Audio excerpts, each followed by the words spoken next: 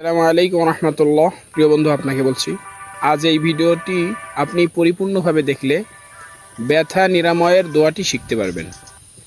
রাসূলুল্লাহ সাল্লাল্লাহু আলাইহি ওয়াসাল্লাম হযরত ওসমান রাদিয়াল্লাহু তাআলা আনহুকে শিক্ষা দিয়েছেন।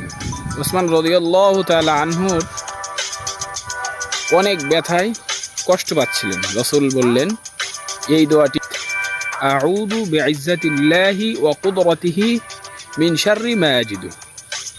এই দোয়াটি পড়ে ওই ব্যথার স্থানে হাত মালিশ করতে হবে।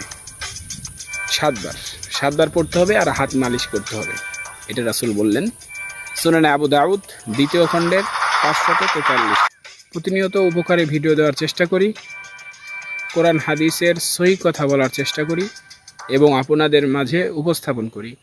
এই জন্য প্রিয় বন্ধু, ইসলামিক ভিডিও পাওয়ার জন্য আমাদের চ্যানেলটি সাবস্ক্রাইব করবেন ইনশাআল্লাহ।